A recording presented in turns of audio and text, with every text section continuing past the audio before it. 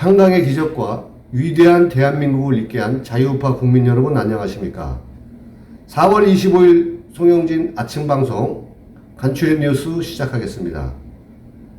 첫 번째 소식부터 전해드리겠습니다. 검수완박 야합에 대한 국민적 분노의 후폭풍이 만만치가 않습니다. 사실 정치라는 것이 나라를 잘 다스리는 일이고 국민들이 인간다운 삶을 영위하게 하고 또 국민 상호 간의 이해를 조정하기도 하고 사회 질서를 바로잡고 그런 거 아니겠습니까? 그런데 이러한 것의 바탕은 국민을 섬기는 것이 바탕이 되어야 된다고 생각합니다. 그런데 위정자들이 그러한 철학이 없기 때문에 지금 문재인 정부의 적폐와 이재명의 대장동 게이트를 덮기 위하여 대한민국 70년 사법체계를 바꾸려고 하는 이 586 광기의 집단들에게 어렵게 찾은 그 정권 아닙니까? 그런데 어떻게 싸워보지도 못하고 정치인들만을 위한 권력의 속성상 정치인을 위한 야합의 입법을 합의해서 왜 이렇게 국민적 여론을 분노케 하고 이러한 상황을 초래하는 건지 이해할 수가 없습니다. 사실 권성동 같은 사람은 탄핵 구역자인데 이 사람은 이미 심판되었어야 됩니다. 그러함에도 여전히 윤핵관 실세가 되어 있는 이 대한민국의 정치적 현실이 매우 안타깝습니다. 권성동이가 여야 합의를 하고 난 후에 국민 여론과 전혀 다른 일성을 언론 기자들에게 기쁜 표정으로 감동의 표정으로 영웅처럼 답변하는 모습을 우리는 봤습니다. 그가 이런 말을 합니다. 일선 검사들이 매우 만족해한다. 제외된 4가지 이 수사는 전체 수사의 1%도 안 되니까 혼란스러울 거 전혀 없다. 국민의 눈을 의심케 하는 발언을 하였습니다. 그런데 여러분 보십시오.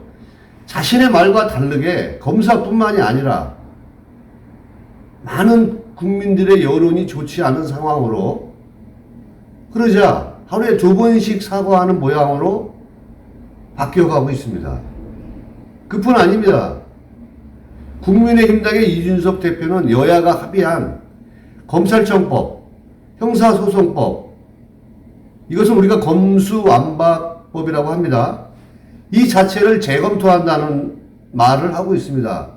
그러면 여야 합의를 완전히 무시하는 그러한 것이 되기 때문에 이게 지금 국민의힘당이 독박을 쓰게 생겼습니다. 더불어민주당의 여론이 악화의 일로에 가고 있었는데 이거 합의 한번 잘못해가고 독박을 쓰게 되어 있다는 것입니다.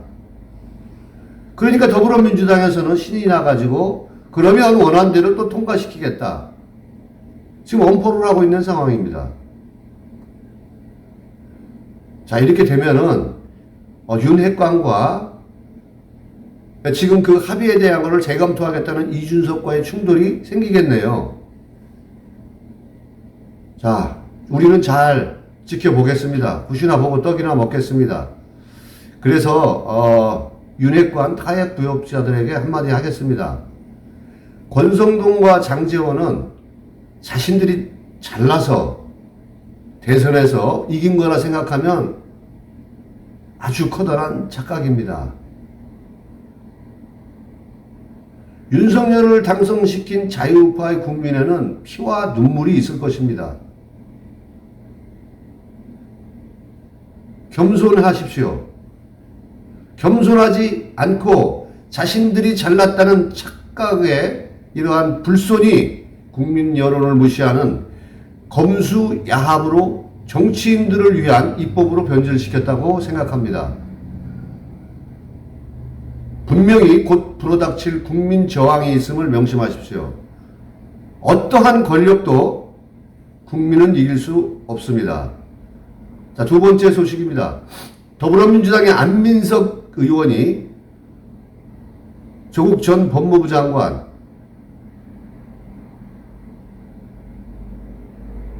아내인 동양대 전 교수의 정경심 석방을 위해서 문재인 대통령에게 눈물 없이는 볼 수 없는 눈물의 사면 요청을 하였다고 합니다. 제가 이 소식을 듣고 그냥 웃고 싶습니다. 아빠 찬스와 엄마 찬스를 이용해서 수많은 학생들에게 상대적 박탈감을 안기고 아직도 전혀 반성이 없는 대한민국의 공정과 상식을 무너뜨린 사람들인데 도대체 이게 무슨 소리를 하는 겁니까?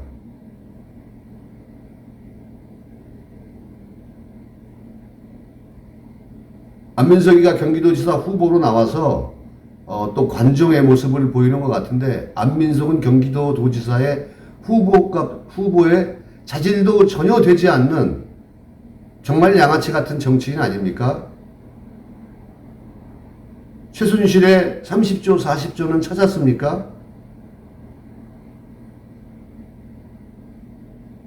최순실에게 1억 원은 배상했습니까? 정경심 걱정하지 마시고 이거부터 해결하시기를 바랍니다. 자, 세 번째 소식 전해드립니다.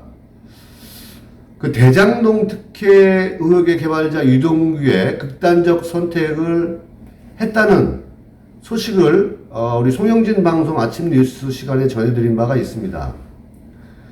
그런데 이 미수에 그친 극단적 선택에 대하여 이상하게도 그 교도소의 교정당국, 법무부의 교도소의 교정당국이죠. 이 변호인 간의 유동규 변호인이죠. 변호인 간의 주장이 서로 완전히 다릅니다. 지금 그래서 관심을 끌고 있습니다. 그래서 유동규 측 변호인 측 주장을 한번 들어보겠습니다.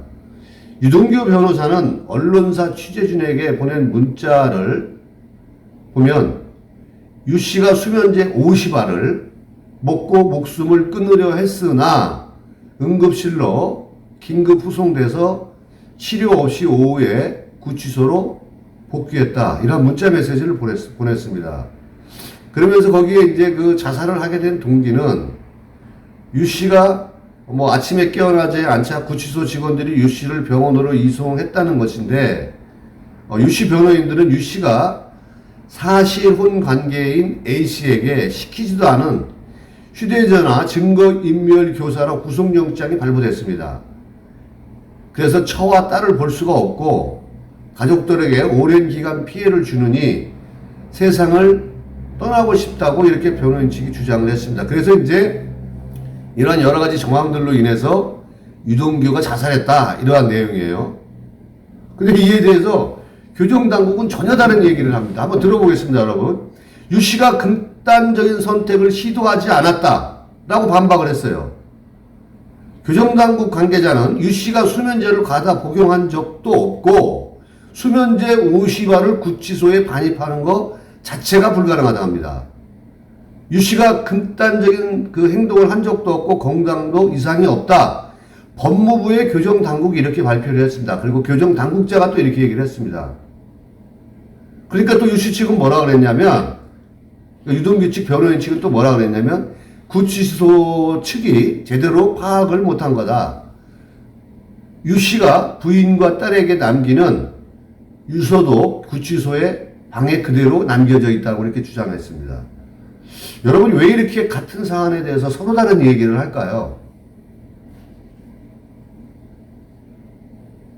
수면제 50알의 미스터리 아니면 대장동의 유동규의 구명 신호일까요? 누구에게? 이재명에게.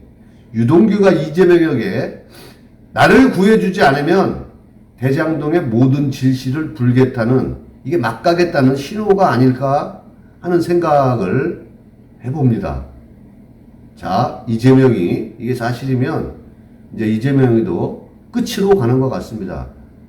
그렇기 때문에 대장동 이 게이트는 반드시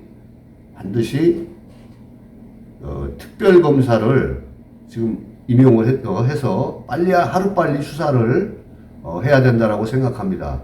그런데 지금 이 검수완박을 통해서 공직자 범죄를 없애버리면 이 수사를 못하는 겁니다. 그래서 정신 차리라고 제가 얘기를 하는 겁니다. 자, 네 번째 소식은 문비요청과 소식입니다. 문재인 대통령이 퇴임이 한 10여일 정도 남은 것 같은데요.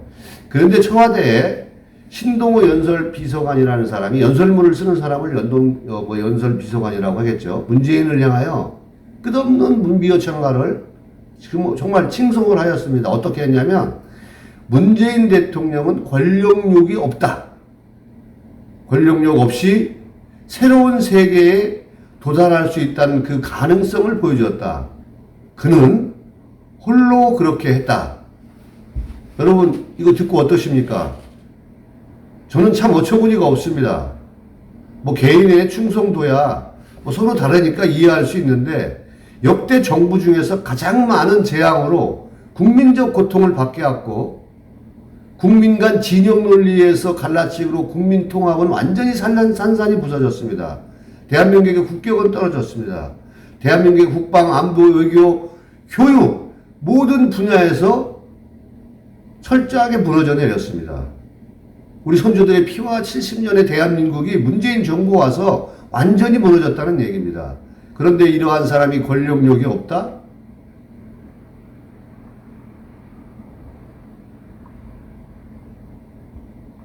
참, 이 소식을 들으면서 답답함을 금할 길이 없습니다.